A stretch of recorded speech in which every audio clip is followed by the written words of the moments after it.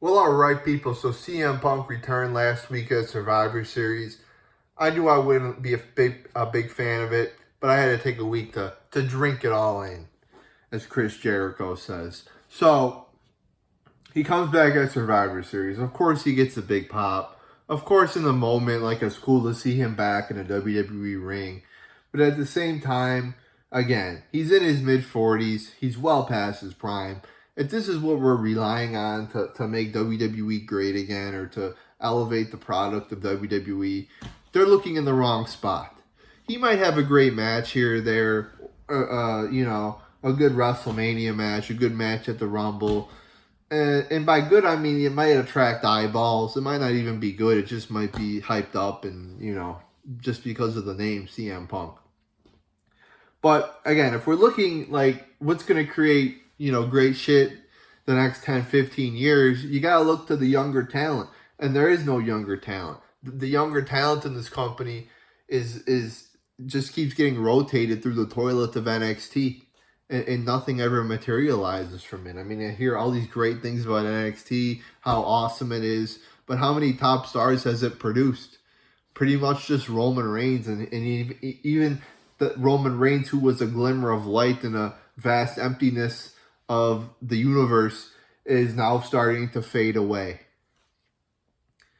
So, and then, this always happens too, so it's not anything really with CM Punk, but every time, not every time, but a lot of times when a legend comes back, they get a big pop and they have this honeymoon period for a few weeks where they're just like a god and everybody loves them, and then they start to fade away because they just get caught up in the WWE conglomerate, and WWE starts to water them down. CM Punk is already fucking there, it seems like. He comes out on Raw and cuts a promo saying, I love you guys. I love you guys. I'm home. I'm home. This motherfucker has been ranting and raving about the WWE for the last 10 years, saying how, he's been screwed over, how shitty it is, pretty much how he hates it. He's gone on AEW television and thrown shots at it. And now this guy's going to come back as a face, as a baby face, and say, I love everybody. Shut the fuck up. I mean, people are actually clapping and believing this. Again, guys, don't, like, wrestling fans have no independent thought whatsoever. They lick their finger and they stick it up to the sky to see which way the wind's blowing. In my case study that proves that is the treatment from the idiot wrestling community of John Cena, and how people used to hate him and now everybody loves him just because he doesn't wrestle anymore. Now he's all of a sudden a legend. It makes no sense. Same thing with CM Punk. People were actually starting to realize, oh yeah, CM Punk actually is a cancer. He actually, the same thing I've been saying for years. Oh yeah, Ruthless Randy, you are kind of correct. CM Punk does actually, create problems backstage. And when he's in a wrestling company, all we really talk about is the backstage skirmishes he has with other employees, not the actual product or the content. People are actually starting to realize it. And then he returns to WWE, and now everything's forgotten. Nobody remembers that. And everybody's now focusing on CM Punk and not all his downfalls. Like that promo on Raw, which is like the one thing you could argue that he still has, because his wrestling ability is obviously lower now since he is 45. You could say the one thing he still has is like the ability to cut a good promo. But that promo, whether it's his fault or the non-creative team's fault, was not that good for a first time. It wasn't even good for a basic promo, let alone, this was his first time talking since he's been back in 10 years. Like where's the fucking pipe bombs? I mean, you look at all of the time CM Punk was a babyface, far and away the best was when he was, 2011 Summer of Punk, cutting pipe bombs, telling Stephanie McMahon, he didn't know where her hands been. Like, where's that Punk? It's like they're trying to bring back boring babyface 2012, 2013 Punk. Or I'm 2012, 2014 Punk. It's not good.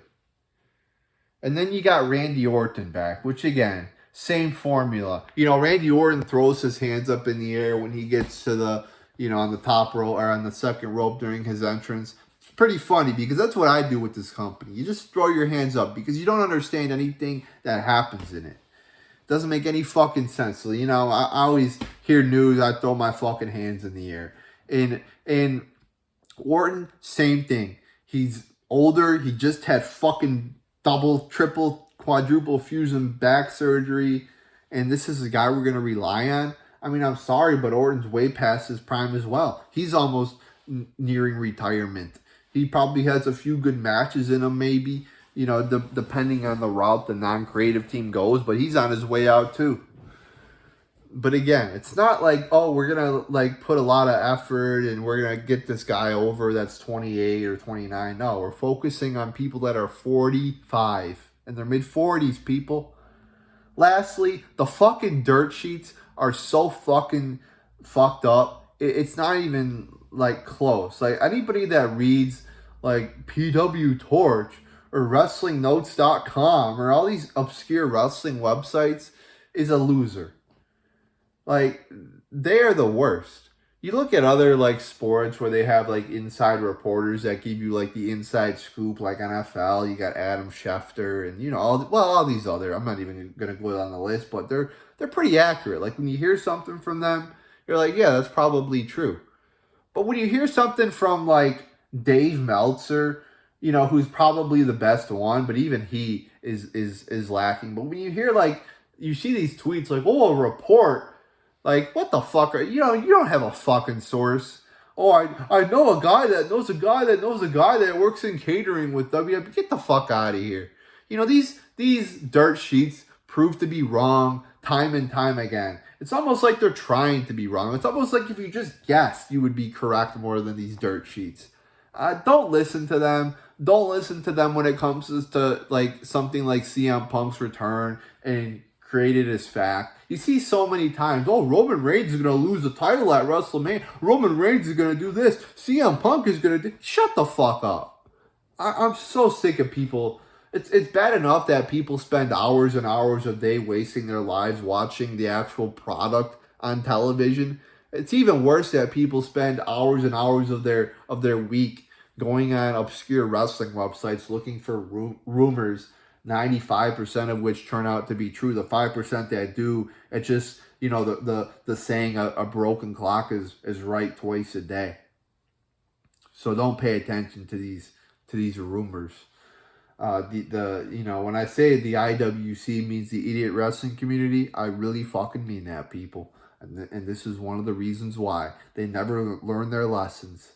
And this is one of the instances that this case is true. They've never learned their lesson with the dirt sheets. They continue to be in business. They continue to put out false storylines. And now, the thing people are talking about is CM Punk versus Stone Cold Steve Austin. Stone Cold Steve Austin, this is what we got to do to draw money, to get fans to watch. We got to bring back, 60-year-old Stone Cold.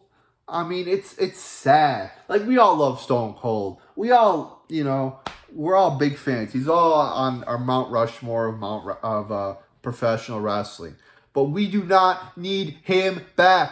Well, let me say this. We should not need him back. Move on. Guys, it's not 1999. It's 2023. We got to move on. We got to move on as wrestling fans. But the non-creative team also has to move on as well from these has-beens. Austin is great. He can come back in a segment, cut a promo, give somebody a stunner. But he should not be wrestling at WrestleMania. He should not be wrestling a main event match at WrestleMania. These spots should be reserved for younger talent.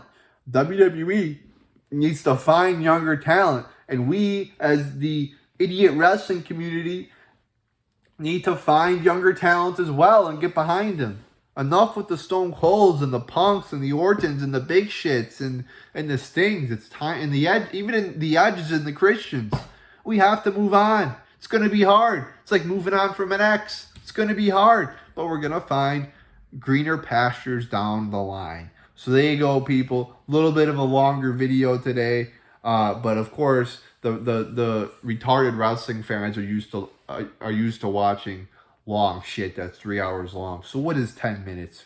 So there you go, people. There's my thoughts on that.